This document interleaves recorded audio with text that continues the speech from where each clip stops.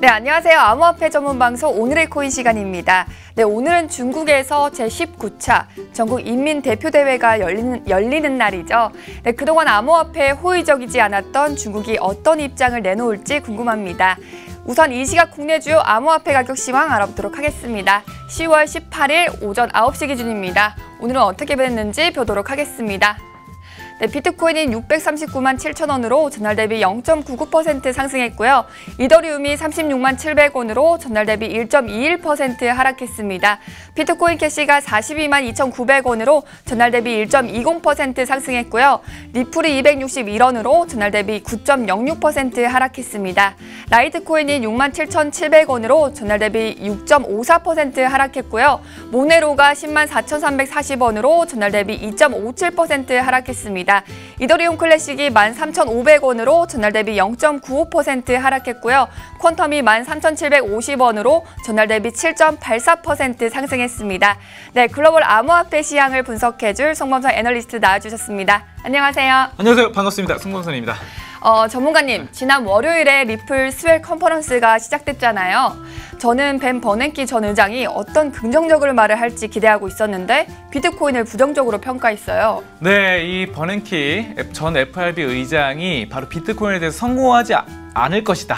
성공할 것이라 생각하지 않을 것이다 라고 했는데 바로 이 버냉키 전 의장이 어떤 사람이면은 전 FRB 의장으로서 FRB 같은 경우는 미국에서 이 경제를 좌지우지하는 어떻게 보면은 이런 의장이 바로 전 세계 대통령이다, 경제 대통령이다 이렇게 불리는 이런 사람들이에요. 그래서 굉장히 예전에 있었던 JP 모건의 회장보다도 더 영향력이 있는 경제계에서 영향력이 있는 그런 사람입니다. 그래서 이 사람이 이제 이렇게 말했기 때문에 굉장히 또 지금 뭐 부정적인 상황이 도래가 했고요. 그래서 비트코인이 대부분 또 투기적인 사업이다 이렇게 말을 해서 실제로 거래할 수 있는 통화가 될 것이 아니다라고 말을 했습니다.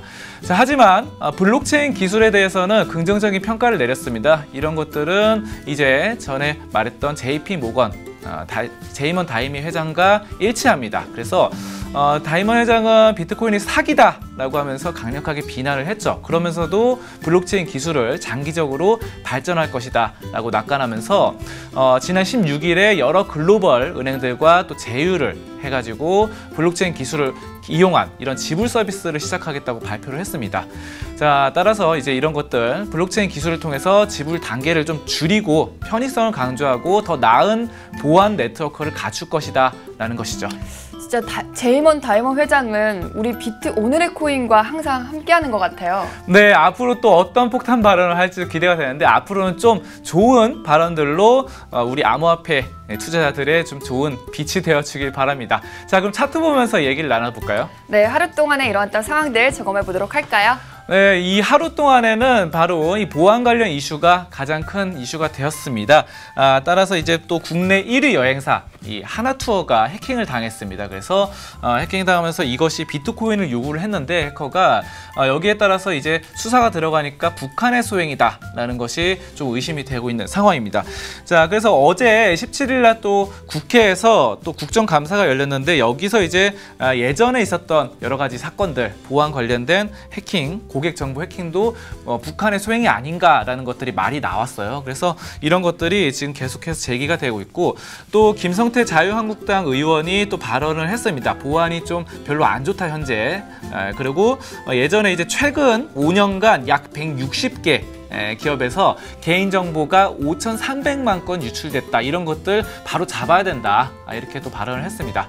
자, 그래서 이렇게 대부분의 보안 관련 이슈 때문에 대부분의 암호화폐가 별로 안 좋았습니다. 하지만 그 와중에 비트코인 캐시는 굉장히 급등을 했어요. 그래서 이 배경을 또 보자면은 예전에 추석 연휴 때 비트코인과 다른 암호화폐들이 빠르게 상승할 때 비트코인 캐시는 좀 안 좋았거든요. 그래서 그런 부분들 좀 약간 기술적인 반등이 일어난 것이 아닌가. 그래서 어제 그리고 오늘 해서 20% 넘는 상승을 보였습니다.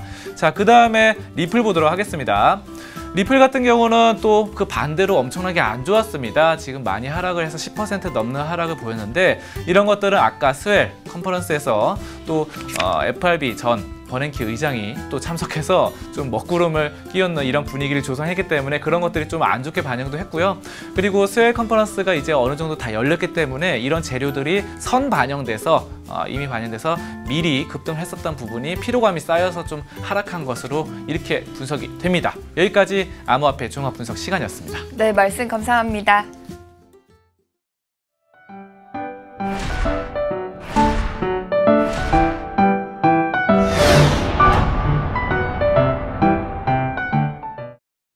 네, 오늘의 비트코인 날씨에서는요, 맑은 소식 하나와 흐린 소식 2개가 준비되어 있습니다. 우선 흐린 소식부터 만나볼까요? 네, 국내 암호화폐는 언제쯤 제도권 내에 들어올 수 있을까요? 이 질문에 최종국 금융위원장은 암호화폐에 대한 공신력을 인정하거나 화폐로서의 기능까지 인정한다는 생각은 갖고 있지 않다고 답했습니다. 정부는 지난 TF 1차 회의 때 제도적 기반을 마련하겠다고 했었죠. 그런데 어떻게 된 걸까요? 금융위원장은 1년 동안 암호화폐를 살펴본 결과 부작용 방지에 무게를 두게 되었다며 일본 외에 대부분의 나라가 아직 공신력을 부여하지 않고 있으니 우리나라 역시 정책 초점은 불법 거래와 피해 방지라는 것입니다. 그새 입장이 변한 것인데요. 명확한 입장 정리가 필요할 것 같습니다. 암호화폐 투자에 청소년들이 무방비로 노출돼 있어 안전사용 교육이 시급한 설정입니다. 암호화폐 거래소는 청소년이 보호자 동의 없이도 쉽게 이용할 수 있는데요.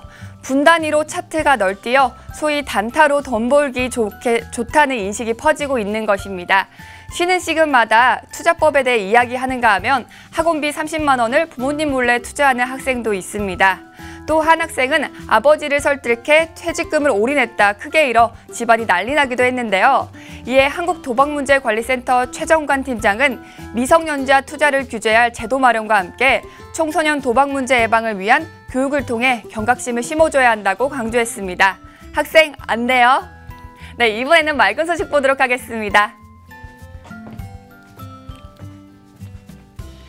네, 캐나다 증권위원회가 암호화폐와 ICO를 지원하겠다고 밝혔습니다.